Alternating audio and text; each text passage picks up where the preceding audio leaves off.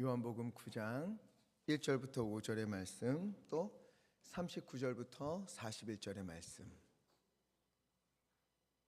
먼저 9장 1절 5절 함께 읽겠습니다. 예수께서 길을 가실 때에 날 때부터 맹인된 사람을 보신지라. 제자들이 물어 이르되 라삐여, 이 사람이 맹인으로 난 것이 누구의 죄로 인함이니까? 자기니까 부모니까? 예수께서 대답하시되 이 사람이나 그 부모의 죄로 인한 것이 아니라 그에게서 하나님이 하시는 일을 나타내고자 하심이라. 때가 아직 낮음에 나를 보내신 이의 일을 우리가 하여야 하리라. 밤이 오리니 그때는 아무도 일할 수 없느니라. 내가 세상에 있는 동안에는 세상의 빛이로라. 또 39절부터 41절 읽겠습니다. 예수께서 이르시되 내가 심판하러 이 세상에 왔으니 보지 못하는 자들은 보게 하고 보는 자들은 맹인이 되게 하려 함이라 하시니, 바리새인 중에 예수와 함께 있던 자들이 이 말씀을 듣고 이르되 우리도 맹인인가? 예수께서 이르시되 너희가 맹인이 되었더라면 죄가 없으려니와 본다고 하니 너희 죄가 그대로 있느니라. 아멘. 네, 우리가 지금 사순절을 보내고 있지요. 예수님의 말씀과 주님이 하신 일들, 그리고 또 십자가를 묵상하면서 뜻깊은 사순절 보내시기를 간절히 바랍니다.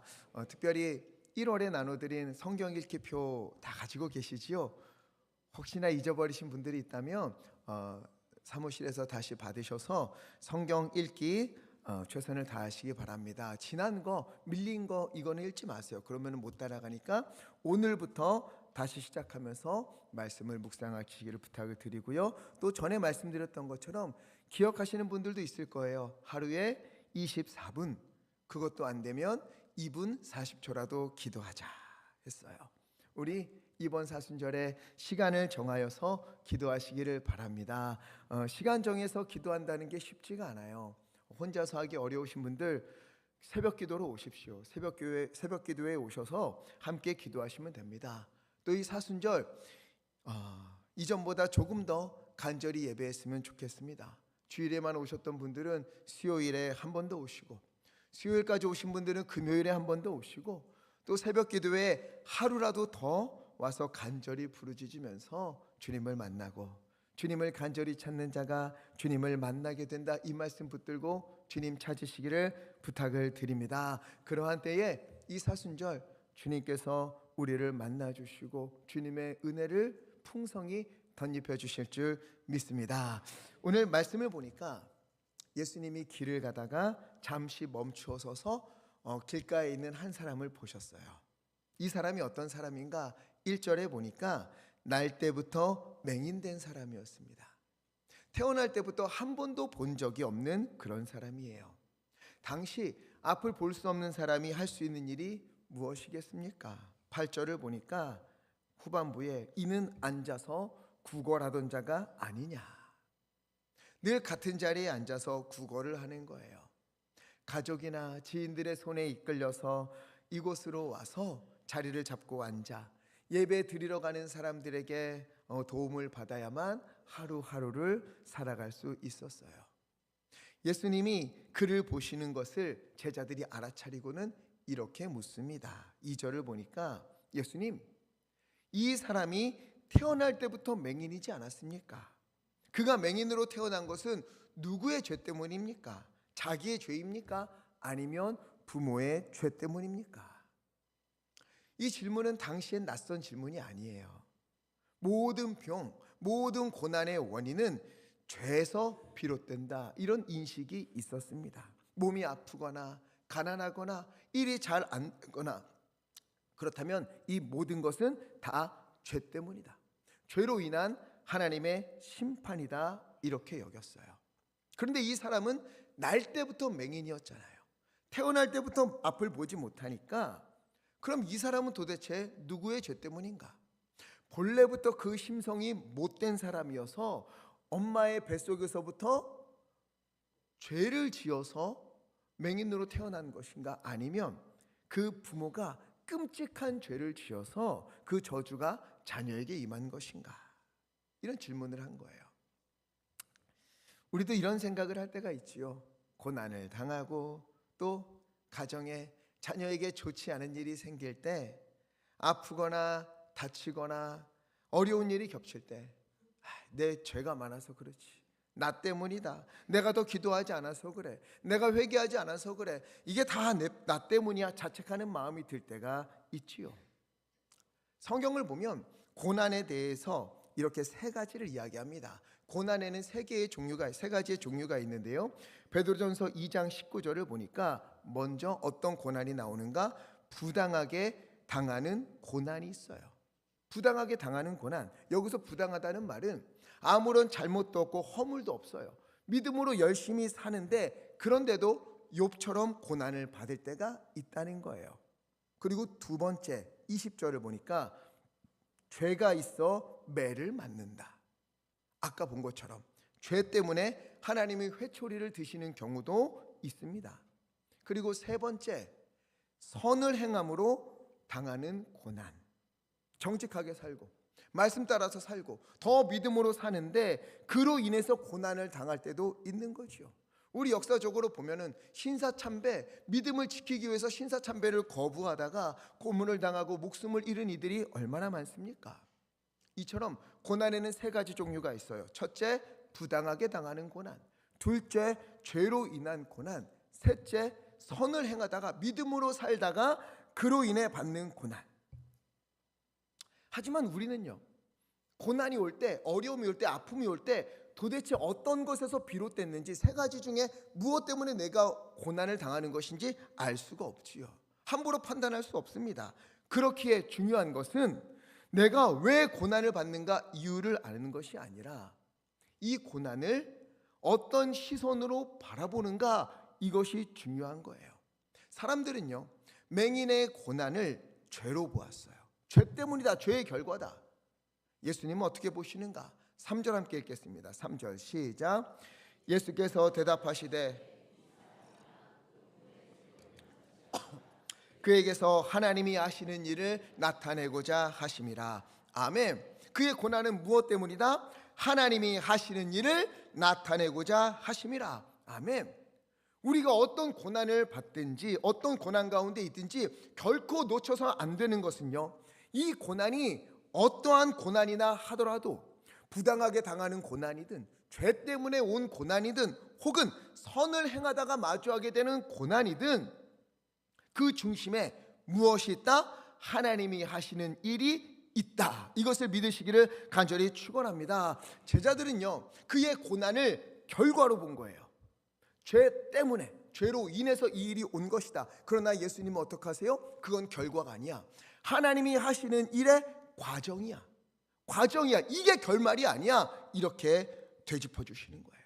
여러분, 우리 앞에 놓여진 일들, 그것이 어떠한 일이든 하나님의 손에 들려지면 그것은 하나님이 하시는 일을 나타내는 귀한 도구가 될 줄 믿습니다. 그 일들을 통해서 우리를 살리시고 우리를 회복하시고 우리를 깨끗하고 정결하게 하시는 주님의 도구가 될 줄 믿습니다.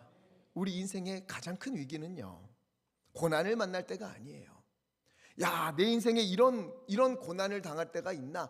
그런 게 아니에요. 아픔이 오고 건강이 무너지고 자녀의 길이 열리지 않고 도무지 내가 살아갈 길이 보이지 않는 그런 때가 우리의 위기가 아닙니다. 진정한 위기는 언제인가? 바로 그러한 때에 하나님을 찾지 않는 것, 그러함에도 불구하고 하나님을 붙들지 않는 것, 그런 상황에 있으면서도 하나님께 부르짖지 않는 것, 하나님의 말씀이 들리지 않고 보이지 않고 이 말씀이 날 향한 말씀이다, 이런 믿음 위에 서지 않는 것, 이것이 우리가 당하는 가장 큰 위기의 순간인 거예요. 하나님은 말씀하셨잖아요. 약속하셨어요. 로마서 8장 28절 함께 읽겠습니다. 시작. 우리가 알거니와 하나님을 사랑하는 자 곧 그의 뜻대로 부르심을 입은 자들에게는 모든 것이 합력하여 선을 이루느니라. 아멘. 하나님을 사랑하는 자, 그의 뜻대로 부르심을 입은 자들에게는 모든 것이 합력하여 선을 이루게 되는 거예요. 모든 거예요. 모든 것. 이거는 되고 저것은 안 되는 게 아닙니다. 하나님 보시기에 이거 정도는 내가 해줄게, 이건 안 돼, 이렇게 말씀하시는 것이 없어요. 모든 고난, 모든 아픔, 모든 어려움들이 어떻게 당하는 고난이든 간에 그것이 하나님의 손에 들려질 때에 하나님의 영광과 전능하심을 선포하는 은혜의 일들로 변하게 될 줄 믿습니다. 주님이 약속하셨기에 주님이 지키실 것입니다. 그러니 어떠한 일이 있어도 사람 보지 말고, 환경 보지 말고, 죄책감에 시달리지 말고, 누구의 죄 때문인가 이거 논하지 말고, 그때에 누구를 바라보라? 우리 주 예수 그리스도. 그때 누구를 붙잡으라? 우리 주 예수 그리스도. 그러면 우리 앞에 놓여진 그 모든 일들이 하나님이 하시는 일들을 나타내는 귀한 은혜의 일들로 변하게 될 줄 믿습니다. 3절을 보세요. 하나님이 하시는 일을 나타내고자 하심이라. 하나님이 하시는 일, 그에게 하나님이 하시는 일은 무엇이었죠? 5절 함께 읽겠습니다. 시작. 내가 세상에 아멘. 예수님이 세상의 빛이 되심을 그를 통해 보여주는 거예요. 예수님이 친히 빛이 되어주셔서 눈먼 자를 보게 하시는 것을 그에게 알게 하시고 그를 통해 알게 하시는 거예요. 그래서 6절 예수님이 어떻게 하세요? 침을 바닥에 탁 뱉으시고 그리고 그 흙을 진흙으로 이겨서 7절 그의 눈에 바르시고는 실로암 못에 가서 씻으라 명하시는 거예요. 이 사람은 아직 보이지 않아요. 예수님이 침으로 진흙을 이겨서 눈에 발랐어도 눈을 뜨지 못했습니다. 한 번도 눈을 떠본 적이 없어요. 이 사람이 자기가 실로암 못을 찾아가 본 적이 있겠습니까? 없어요. 아직도 보이지 않는데 그런 그에게 실로암으로 가라. 그곳으로 가서 너가 가보지 않은 길이지만 낯선 길이지만 가서 씻으라 명하십니다. 이것들은요 그에게 있어서 굉장히 어려운 일이지요. 구걸하는 것 외에 스스로 해본 일이 거의 없어요. 실로암을 혼자 찾아간다? 두려운 일이지요. 겨우겨우 찾아갔다고 쳐도 눈을 씻었는데 낫지 않으면 어떻게 될까? 기대가 큰 만큼 실망도 커지지 않을까? 두려운 마음이 있겠지요. 그럼에도 그는 예수님의 말씀을 듣고 그 말씀을 믿고 실로암으로 가는 거예요. 어떻게 가는지도 모르지요. 물어서 가다가 더듬기도 하고 넘어지기도 하고 흔들리기도 하고 비틀거리기도 하면서 실로암에 갑니다. 가서 얼굴을 씻어내는데 눈에 있는 진흙을 착 씻어낸과 동시에 앞을 보지 못하도록 눈을 가리고 있던 것들이 쫙 떨어져 나가져서 그의 눈이 떠지는 거예요. 한 번도 본 적이 없는, 말로만 듣고 상상으로만 해왔던 빛이라는 것을 보게 되고, 이게 실로암 못이구나 보게 되고, 하늘을 보게 되고 사람들을 보게 되는 겁니다. 평생 어둠 속에서 힘들게 막막하게 답답하게 보내왔던 그에게 드디어 예수님을 통해 밝은 빛이 비추이게 된 거예요. 여러분, 바로 이 일이 어둠 속에서 예수님으로 말미암아 밝은 빛을 보게 되는 은혜의 일이 오늘 이 시간 우리 가운데 이루어지기를 예수 그리스도 이름으로 간절히 축원합니다. 날 때부터 맹인이었던 이 사람을 예수님께서 먼저 찾아가시고 바라보신 것처럼 오늘 주님께서 우리를 주목하고 계십니다. 인생의 고난 가운데 슬퍼하고 눈물 흘리고 아파하면서 내 죄 때문인가? 나 때문인가? 나 때문에 우리 가정이 이렇게 어려운가? 나 때문에 우리 자녀에게 이런 일이 있는가? 그렇게 자책하고 마음마저 무너진 우리를 향하여서 아니야, 너를 통해 하나님의 일을 나타내겠다, 주님께서 단호하게 말씀하시는 거예요. 설령 죄로 인해서 고통이 왔다 하더라도 그 고통 가운데에 정결케 하시고 다시 돌아오게 하시고 다시 회복하게 하시고 다리 일어서게 하시는 은혜의 일들로 우리 주님께서 바꾸어 주실 줄 믿습니다. 이 일은 누구 안에서 이루어진다고요? 우리 주 예수 그리스도. 오늘 이 말씀을 품고 소망을 가지고 기도하셨으면 좋겠어요. 주여, 날 때부터 맹인이었던 이 사람처럼 내 힘으로 어찌할 수 없는 그런 일들이 우리 가정에, 우리 자녀에, 나에게 있습니다. 맹인에게 찾아가셔서 진흙을 이겨 그의 눈에 바르시고 실로암 못에 가서 씻으라 명하시면서 그의 눈을 뜨게 하신 것처럼 오늘 나에게 오사, 우리 교회에 오사, 우리 자녀에게 임하여 주사 모든 일들을 하나님의 은혜의 일들로 바꾸어 주시고 보게 하시고 치유하시고 회복하시고 다시 일어설 수 있도록 은혜를 베풀어 주옵소서. 우리가 믿음으로 기도할 때에 실로암 못에 가는 심정으로 주님 앞에서 부르짖어 기도할 때에 주께서 우리를 회복하시고 치유하시는 은혜가 넘치기를 주님의 이름으로 간절히 축복합니다. 날 때부터 맹인이었던 이 사람이 예수님의 은혜로 눈을 또 보게 되는 것 참 은혜로운 일이지요. 그러나 이후에는 바로 이후로 그에게는 참으로 살벌하고 숨막히고 고통스러운 일들이 벌어져요.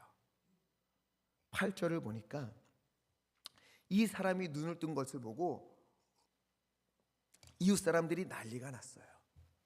아니, 날 때부터 맹인이었던 사람이 눈을 뜨고 걸어다니네. 이게 어떻게 된 일인가? 깜짝 놀랐어요. 그러면 어떻게 해야 됩니까? 가서 야, 정말 하나님 살아계시는구나, 하나님이 너를 고치셨구나, 하나님의 은혜다 축하해주고 축복해줘야 하지 않습니까?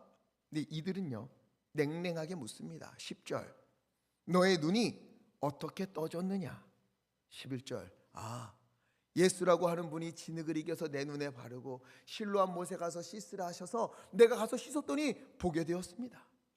그러자 사람들이요 눈뜬 사람을 누구에게로 데려가는가? 13절, 바리새인에게 데려가요.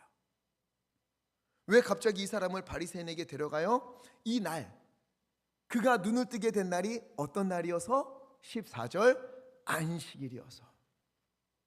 우리가 십계명을 보면서 4계명 함께 봤잖아요. 안식일을 거룩하게 지키는 것은 그저 주일 예배만 열심히 드리고 주일만 예배에 딱 참석하는 것, 그렇게 예배 해치우는 것, 그게 아니다. 하나님의 마음을 헤아리고 주님의 뜻을 알아내고 그것을 살아내는 것, 이것이 중요하다 했는데 유대인들은 문자적으로 지켰어요. 안식일에 일하지 말라 하셨으니 일하면 안 된다.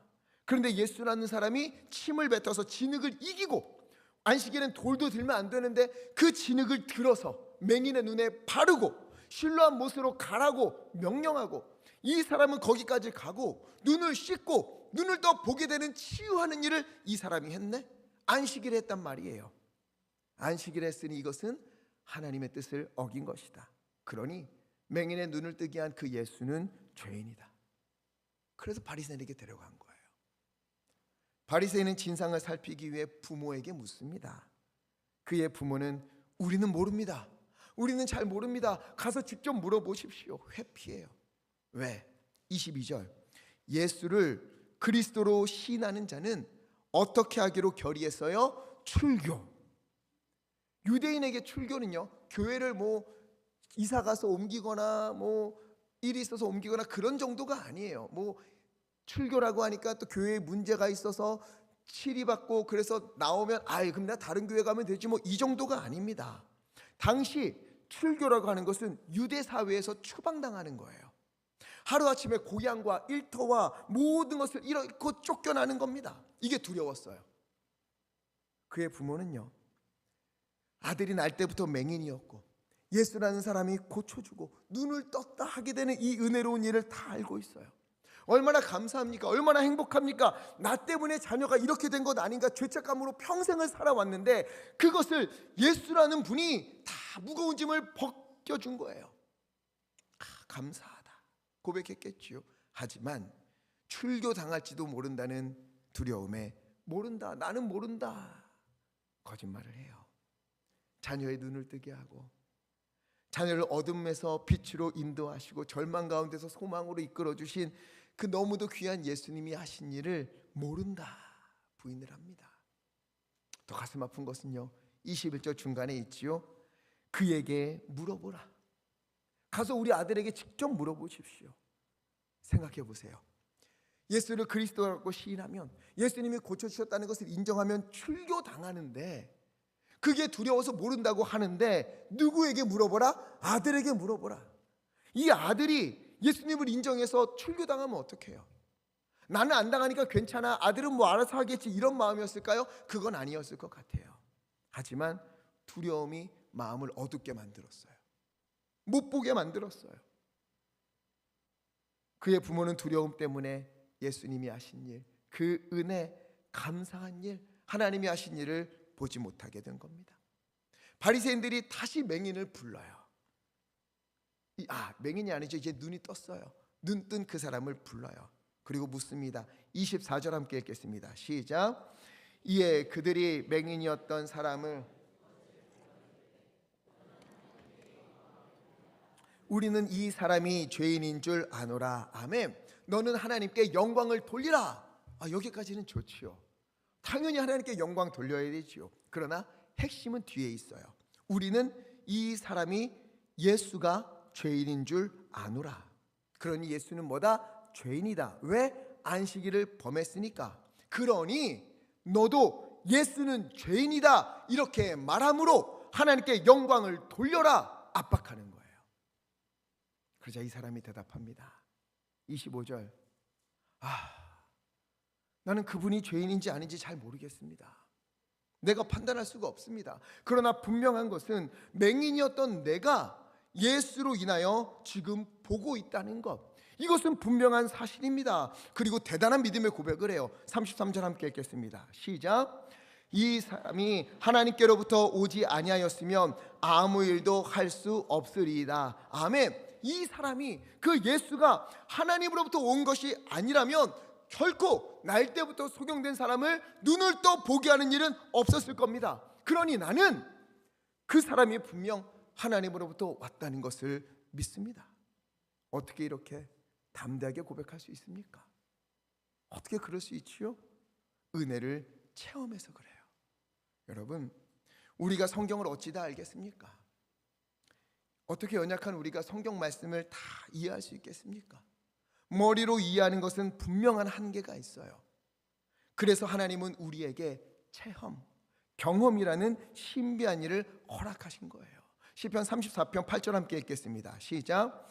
너희는 여호와의 선하심을 맛보아 알지어다. 아멘. 여호와의 선하심을 맛보아 알지어다. 이 시편 34편은요 다윗이 지은 시인데요. 언제 지었느냐? 사울을 피해서 블레셋으로 도망을 쳤어요. 적국이지요. 그리고 자기가 죽였던 골리앗의 고향인 가드로 도망을 친 거예요. 거기 갔더니 가드 왕은 자기를 맞아주는데 신하들은 저 사람 우리 골리앗 죽인 사람 아닙니까? 언제 우리를 배신할지 모릅니다. 그를 죽여야 합니다. 막 그런 분위기예요. 위기를 감지하고 다윗이 어떻게 해요? 하나님께 매달리는 거예요. 이 위기의 순간에 주여 나를 살려주소서, 나를 살려주소서, 이렇게 주님 앞에 기도하면서 미친 척을 하다가 도망쳐 나와서 지은 시예요. 다윗은 그동안 하나님은 선하시다, 하나님은 나의 피난처가 되어주신다, 이 말씀을 들었어요. 머리로 알고 있었어요. 그런데 실제로 고난의 순간에, 위기의 때에 절박한 심정으로 하나님께 매달리면서 나를 도와주십시오, 나의 피난처가 되어주십시오 기도했어요. 그러자 무사히 나올 수 있게 된 은혜를 누리면서 주님은 주님께 피하는 자를 지켜주신다, 이것을 경험하고 시편 34편을 지은 거예요. 머리로만 알던 하나님이 피난처가 되어주시는 이 주님이, 내가 그 주님을 붙들고 기도했더니 정말로 나를 도와주시고 피난처가 되어주시고 구원해 주셨구나, 이것을 경험하게 된 겁니다. 경험을 하면, 체험하면 담대함이 생깁니다. 두려움이 사라집니다. 흔들리지 않습니다. 맹인이었던 이 사람도 보십시오. 그는 아직 예수님 잘 몰라요. 예수님이 어떤 분인지, 왜 오셨는지, 자신을 보게 하기 위해서 어떤 대가를 치르셨는지, 우리를 살리기 위해서 십자가를 져야 한다는 이 사실 아무것도 몰라요. 하지만 그에게는 뭐가 있었어요? 체험이 있는 거예요.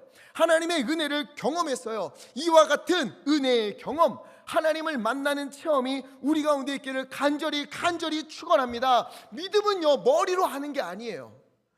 믿음은 귀로 듣는 게 아닙니다. 머리로 아는 것이 귀로 들려지고 눈으로 보았던 말씀이 심장을 울리며 우리의 마음을 깨닫게 하시고 어둠 속에서 빛을 보게 하시고 절망 가운데 소망을 보게 하시며 넘어진 심령이 다시 일어서는 그 은혜를 누리면서 욥이 고백한 것처럼 42장 5절, 주여 내가 주님에 대하여 귀로 듣기만 했는데 머리로 알기만 했는데 이제 비로소 나의 눈을 떠 믿음의 눈으로 주님을 배움나이다. 만나고 경험하고 체험하게 되는 겁니다. 여러분, 은혜는요 듣는 게 아니고 누리는 겁니다. 은혜를 누리시기를 간절히 부탁을 드립니다. 이러한 체험이 주님이 하시는 일을 맛보는 일들이, 그래서 여호와의 선하심을 맛보아 알지어다 사람들에게 고백하는 일들이 우리 가운데 넘치기를 간절히 원합니다. 바리새인들 보세요. 예수님이 지금 날 때부터 소경된 사람 고쳤잖아요. 9장 32절, 창세 이후로 맹인으로 태어난 사람이 눈 뜬 일이 없었는데 이 일이 일어났잖아요. 와, 이건 하나님이 하신 일이다 이렇게 고백해야 되는데, 그런데도 이들은 안식일을 거룩하게 지켜야 되는데 이 날에 일을 했으니 저 사람은 죄인이다. 자기 지식으로, 자기 편견으로 눈이 가리워져서 눈앞에 있는 빛이 되신 우리 구주 예수님을 보지 못하고 어둠 가운데 있는 이를 빛으로 구원하신 우리 주님의 놀라운 일을 보지 못하고 있는 겁니다. 지난 1월 해운대 순복음교회 유진성 목사님이 오셔서 수요일에 우리 헌신 예배를 인도해 주셨지요. 그때 목사님 만나서 대화하는 중에 오성 캠프에 대해서 듣게 됐어요. 오성 캠프, 오순절 성령 비전 캠프. 너무 좋더라. 저한테 추천을 하는 거예요. 그래서 해운대 순복음교회에서 오성 캠프 2기가 2박 3일 동안 3월에 진행되니 시간이 되면 한번 오셔서 구경해 보시라 그러는 거예요. 그래서 제가 지난 주일 예배를 마치고 부산으로 향했습니다. 솔직히 정말 죄송하지만 솔직히 제 마음속에는 뭐 그리 특별한 것이 있겠는가 이런 마음이 컸어요. 그동안 제가 사역을 하면서 수련회를 정말 수차례 인도했거든요. 첫 사역하던 곳에서는 유초등부 성경학교, 중고등부 수련회, 청년부 수련회, 정교인 수련회, 이것을 1년에 다 했어요. 여름에 어마어마하게 수련회를 많이 했어요. 교회학교, 성경학교든 학생부 수련회든 청년부 수련회든 어떤 수련회도 나보다 잘 만들 사람이 있을까 하는 그런 교만한 마음도 솔직히 있었습니다. 그러니 오성 캠프에 큰 기대감이 없었지요. 게다가 도착해서 일정표를 보았는데 딱 봐도 알 것 같아요. 야, 이거 쉽지 않겠다. 피곤하겠다. 특별한 건 없네. 별건 없다. 그래도 왔으니 마지막까지 해보자 하고 구경하는 게 아니라 거기에 참여를 했어요. 해운대 순복음교회 성도님들하고. 그런데요, 수련회가 진행되는 동안 제가 얼마나 회개했는지 모릅니다. 머리로만 판단하고 특별한 것이 있겠는가, 내 경험과 지식으로 판단했던 저의 연약함을 눈물로 회개했습니다. 해운대 순복음교회 성도님들이요, 한 분 한 분 막 울음이 터지고 예수님이면 됩니다 고백을 하고, 주님으로 살겠습니다 다짐을 하고, 목 놓아 여기저기서 기도하면서 부둥켜 안고 기도하고, 지난 시간 내가 믿음 다 까먹고 잃어버린 것 회개도 하고, 주신 은혜 잃어버렸는데 나 어찌하면 좋냐고 주님 앞에 매달리고 다시 회복하소서 간절하게 부르짖는데, 와, 그거 보는데 제 마음이 얼마나 뜨거워졌는지 몰라요. 정말 거긴 해운대 순복음교회 교인들인데 이방인, 멀리서 2,000에서 1명 와 있잖아요. 저 혼자, 그것도 목사예요. 그런데도 저를 붙들고 그렇게들 기도해 주시는 거예요. 제 인생에 우리 교회도 아니고 다른 교회 성도님들을 위해 그렇게 기도한 적이 처음이었던 것 같아요. 그러는 중에 우리 예강교회가 생각이 나는 거예요. 우리 성도님들, 우리 성도님들이 너무 보고 싶고 생각이 났어요.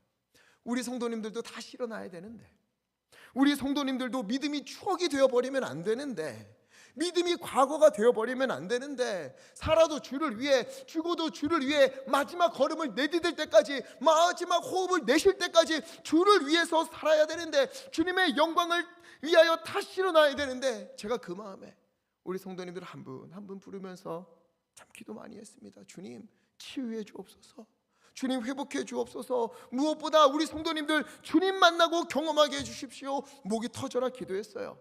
그리고 기도하는 중에 우리 예강교회 성도님들이 다시 일어나고 회복되는 그 놀라운 비전을 보여주셨어요.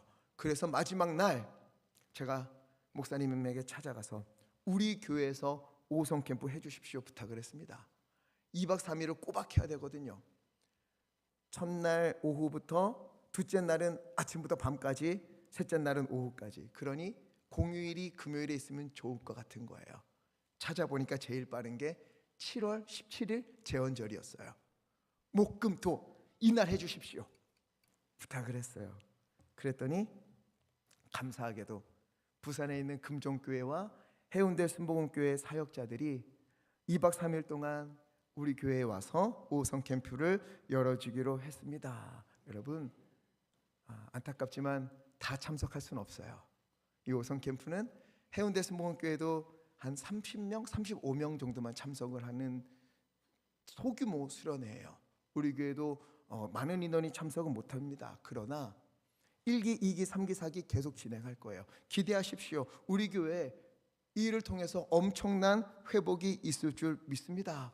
여러분, 저도요, 그동안 해왔던 지식과 경험으로 저도 모르는 사이에 하나님의 역사를 제안할 때가 많았어요. 그러나 하나님은 그곳에서 주님의 은혜를 선포하셨어요. 살리시고 회복하십니다. 이것을 보면서 오늘 40절 말씀이 제 마음을 막 찌르고 오는 거예요. 40절 함께 읽겠습니다. 시작. 바리새인 중에 예수와 함께 있던 자들이 우리도 맹인인가? 아멘. 내가 맹인은 아니었나? 바로 내가 맹인은 아니었나? 하나님은 함부로 제안하려 한 것은 아닌가? 하나님의 일을 내 생각으로 판단했구나. 나도 이 정도는 다 알아. 이 정도는 뭐 나도 이미 다 알고 있어. 그랬던 제가 주님 앞에 맹인이었던 것이죠. 여러분, 우리에게도 이러한 모습이 있는 것은 아닙니까? 성경을 너무 잘 알아서 앞에서 설교를 하면, 구역에서 말씀이 전해지면 에이 이거 나 다 알아, 이제 이렇게 하겠네, 성경을 보면 이거 다 아는 내용인데 뭐, 이렇게 말하는 것은 아닙니까? 생각하는 것은 아닙니까? 누군가 하나님의 은혜를 말하면 나도 옛날에 다 해봤어, 나도 옛날에 뜨거워봤고 헌신도 해봤고 기도도 해봤고 응답도 받아봤어, 은혜도 받아봤어, 나도 할 거 다 알아, 조금만 지나봐, 별거 없어, 다 나랑 똑같이 돼, 이런 마음이 우리에게 있는 것은 아닙니까? 그런 우리에게 예수님이 말씀하시는 게 얼마나 두려운지 몰라요. 41절 함께 읽겠습니다. 시작. 예수께서 이르시되 너희가 맹인이었더라면 죄가 없으려니와 본다고 하니 너희 죄가 그대로 있느니라. 아멘. 본다고 하니, 안다고 하니 너희 죄가 그대로 있는 것이다. 내가 맹인입니다, 내가 눈이 멀었습니다, 내가 보지 못하고 있습니다, 이렇게 간구한다면 너희 눈을 열어서 보게 해주겠는데, 나는 보니까, 나는 다 아니까 하나님 괜찮아요 이렇게 하니 너희 죄가 그대로 있는 것이다 말씀하시는 거예요. 아마도 우리 성도님들 중에는요, 오늘 맹인이었던 사람처럼 주님의 은혜를 누리고 경험하고 체험하고, 그래서 이제 내가 예수님 위에 살겠습니다 다짐했던 분들 많을 것 같아요. 그런데 혹시나 어느 순간 바리새인처럼 된 것은 아닙니까? 은혜 받은 거 다 잊어버리고 경험과 체험도 다 과거의 추억이 된 채 이제는 머리로만 알고 지식으로만 충만하고 모르던 거 알게 되면 그게 은혜다, 이렇게 돌아가는 것은 아닙니까? 그러다 보니 이제는 하나님이 하실 일에 대한 기대감도 없고 고치실 것이다 확신도 없고 풀어주실 것이다 이런 간절함도 없고 믿음이 추억이 되어버리는 거죠. 은혜에 대한 갈망 잃어버린 것은 아닙니까? 이 일을 통해, 주여 내 앞에 있는 일을 통해, 이 고난을 통해 하나님의 일을 보고 하나님이 하신 일들을 경험하고 주님의 영광을 보게 하소서, 이런 간절함이 우리에게 식어진 것은 아닙니까? 그러는 가운데 바리새인처럼 내 생각으로 판단하고 내 지식으로 결정하는 교만의 길에 들어선 것은 혹시 아닙니까? 그런 우리에게 주님께서 말씀하십니다. 누가 맹인인가? 누가 맹인인가? 누가 아는 사람인가? 누가 하나님을 만난 사람인가? 여러분, 진짜 맹인은요, 앞을 못 보는 사람이 아니라 예수님을 못 보는 사람이 맹인입니다. 진짜 맹인은요, 하나님이 하시는 일을 믿음의 눈으로 보지 못하는 사람이 진짜 맹인인 거예요. 주님이면 충분하다, 하나님이 하시면 된다, 이것을 붙잡지 못하는 사람, 그 사람이 맹인인 거예요. 혹시나 아직 주님을 만난 경험이 없다 하시는 분들은 오늘부터 간절히 구하십시오.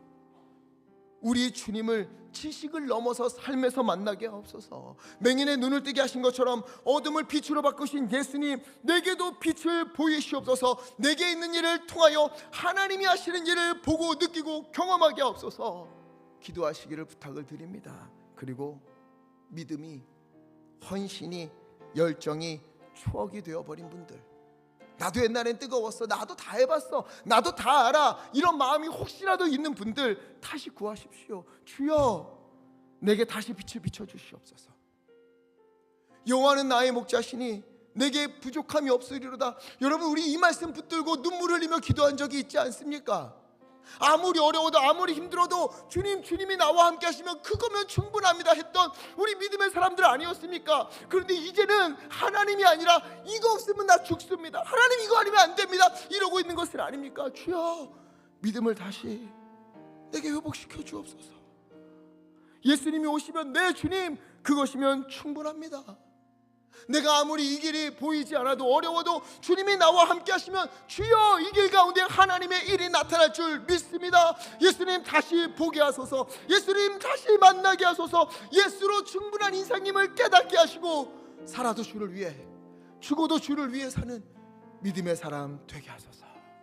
기도할 때 우리 주님께서 우리를 만나 주시고 눈을 열어 보게 하시고 오늘 우리에게 있는 그 일들을 하나님의 일들로 변화시켜 주시는 은혜를 베풀어 주실 줄 믿습니다. 그래야 우리가 내 주님이 나와 함께 하시면 그거면 충분합니다. 주님이 계시는데 내가 무엇이 두렵습니까? 주님이 포기하지 않으시는데 내가 왜 포기합니까? 주님이 끝이라고 안 하시는데 내가 왜 끝이라고 합니까? 하나님이여, 주님이 이루실 줄 믿습니다. 주님이 나와 함께 하시면 그거면 충분합니다. 고백하는 은혜가 우리 가운데 넘치기를 예수 그리스도 이름으로 간절히 축원합니다. 그래서 이 찬양 부르고 싶어요. 조금 처음 불러서 어려운 찬양일 텐데요, 가사가 참 너무 좋습니다. 한번 우리 따라해 볼까요? 예수로 충분하다. 한 번 더. 예수로 충분하다. 나의 영혼아 잘 들으라. 너 예수로 충분하다. 다른 거 붙잡았던 너의 손을 거두어서 예수의 옷자락만 붙잡으라. 우리 믿음으로 함께 고백하겠습니다.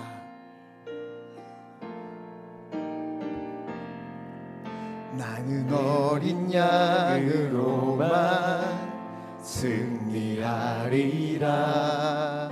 이미 승리하신 예수 나의 목자 되시니 나는 목자의 음성만 따라가리라.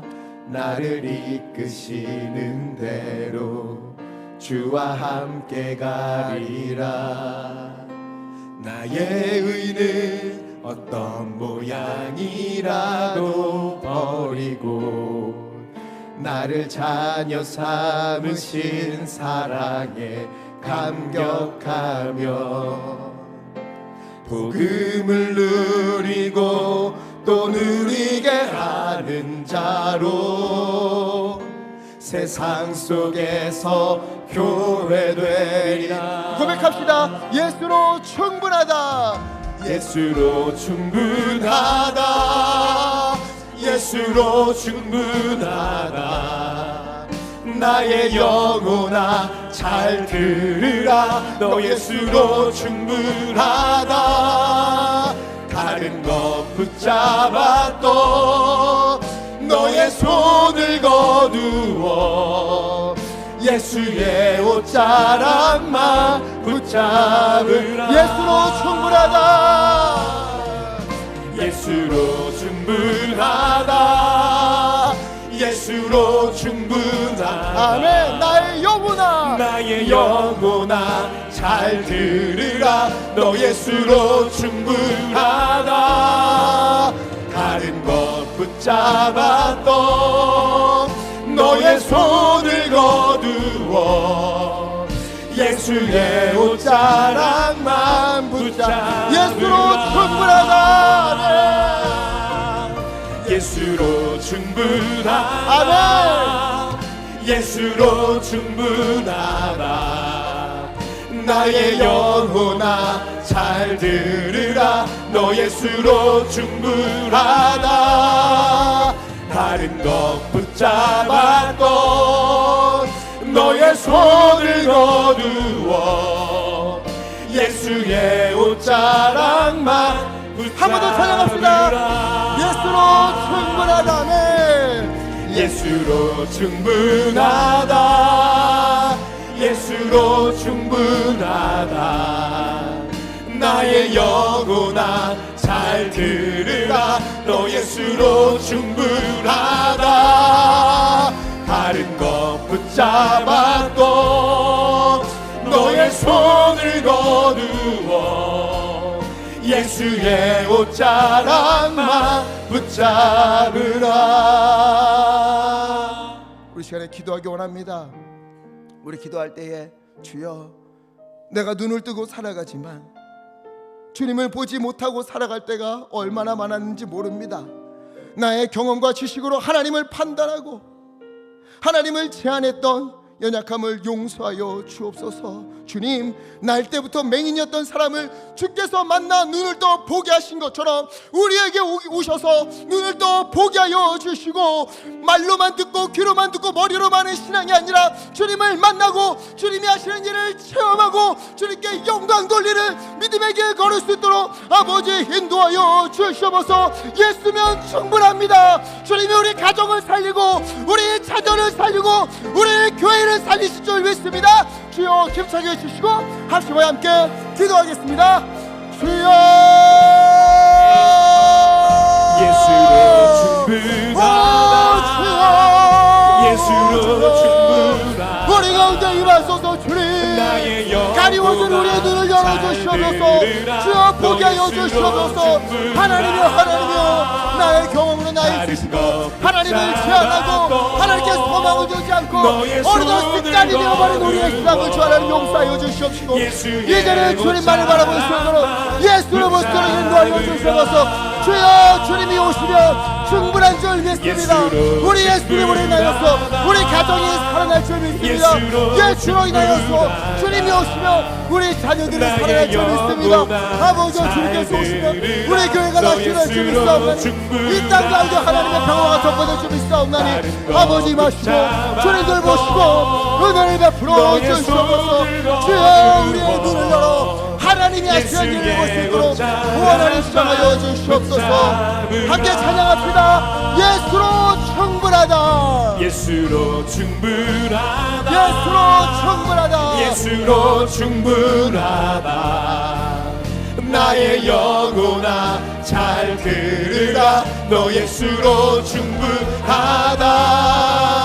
다른 것 붙잡아도 너의 손을 거두어 예수의 옷자락만 붙잡. 한 번 더 찬양합시다. 예수로 충분합니다. 예수로 충분하다. 예수로 충분하다. 나의 영혼아, 나의 영혼아 잘 들으라. 너 예수로 충분하다. 다른 것 붙잡았던 너의 손을 거두어 예수의 옷자락만 붙잡으라. 살아계신 하나님 아버지, 우리는 눈을 뜨고 살아가지만 정작 주님이 하시는 일들도 보지 못하고 살아갈 때가 많았음을 고백합니다. 나의 경험과 지식으로 하나님을 판단하고 두려움 때문에 믿음을 숨기기도 하고 교만 때문에 하나님을 제한했던 우리의 연약함을 용서하여 주옵소서.